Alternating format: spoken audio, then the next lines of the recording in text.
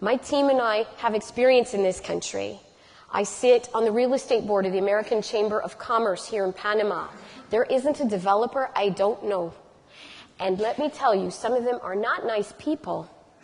And some of them don't care if you don't have what you need to live in your apartment that they've built. They've got the money. Figure it out. So sometimes even occupancy permits are given in Panama before the building is habitable. I'm going to give you one horror story. A friend of mine bought in a building in Punta Pacifica, 39th floor, and the contract that the developer gave him that he signed and went, yeah, where do I pay? Said that he had to pay his balance of his money, the entire balance, at occupancy permit. Now, for those of us with the stick in our spine, that makes perfect sense because you would get an occupancy permit in the States in a building you couldn't live in. Do you know he had to move into that building before there was an elevator working and he lived on the 39th floor? That man forgot milk. He was not going back for it. So make sure you understand some of these other things. Fixtures, furnishings, construction quality, very different than back home. How would you like to buy an apartment, expect to take a shower, and find out hot water's not included? Well, sometimes it isn't. So be aware of what is and is not included in your real estate purchase. And now we're going to touch on another tie that could bind you here. It's a dirty word, taxes. There are transfer taxes in Panama if you sell your property. And there are property taxes. And no matter what anyone tells you, those property taxes are due and payable unless your property is worth less than $30,000.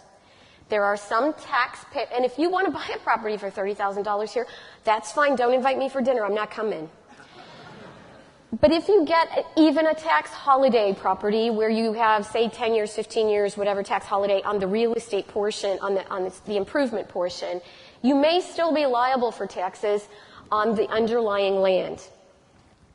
Actually, what's really fun about this system is that you never know that when you buy the property.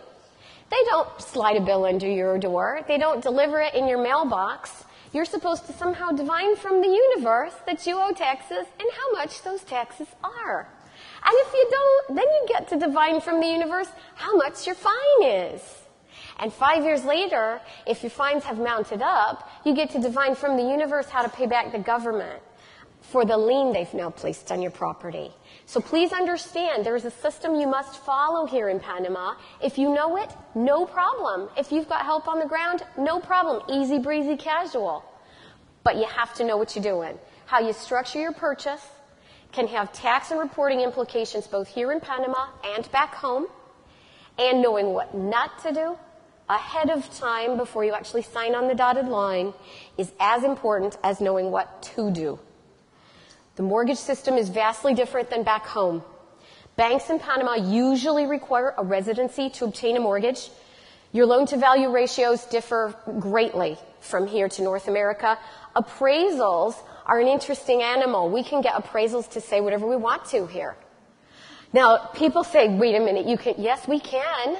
It depends which building, what you're looking at, and we can kind of walk you through the process. But they are flexible. Appraisals are not appraisals as we're familiar with them.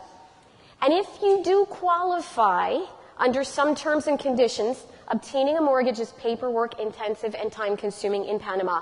Never, ever, ever apply for a mortgage and go back home thinking the bank is going to push those papers through. It will not happen. The legal system is vastly different here. North America, common law, Central American civil law, never mix the two. Because here, often, your developer or your agent will say, well, we can just use the seller's attorney and save a bit of money. You can, then you will pay later, because that puts your investment at risk. The accountability systems that we're familiar with back home do not exist here. Remember, we have relative freedoms in Panama, and those are fabulous, but they come with a price. And the price is that you are responsible for you in Panama. The government is not going to step in on your behalf because, well, somebody defrauded you because you were stupid enough to sign their contract and use their attorney and pay them money. The government is going to be hands off, and therefore that's what we're all here for, right?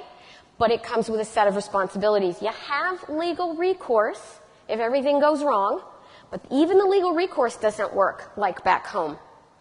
Consumer organizations exist here. I have taken someone through the ACO-DECO consumer organization process successfully. I've lectured about this process and taught people about this process, but it takes a lot of time and it's paperwork intensive. Lawsuits are costly and time consuming. I don't even need to go there. None of you wants to get embroiled in a lawsuit, but there is legal recourse should something happen. But my advice today, and my team's advice to you at any point in time, is to structure your purchase well ahead of time.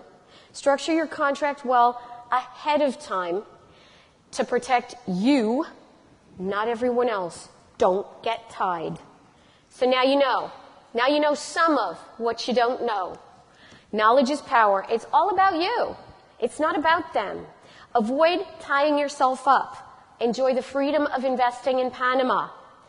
My team and I have been here before. We've done this in 4 countries. We know the struggles and challenges you're going to face. We know the advantage of investing in Central America. We are success in Central America. Let us help you succeed in Panama.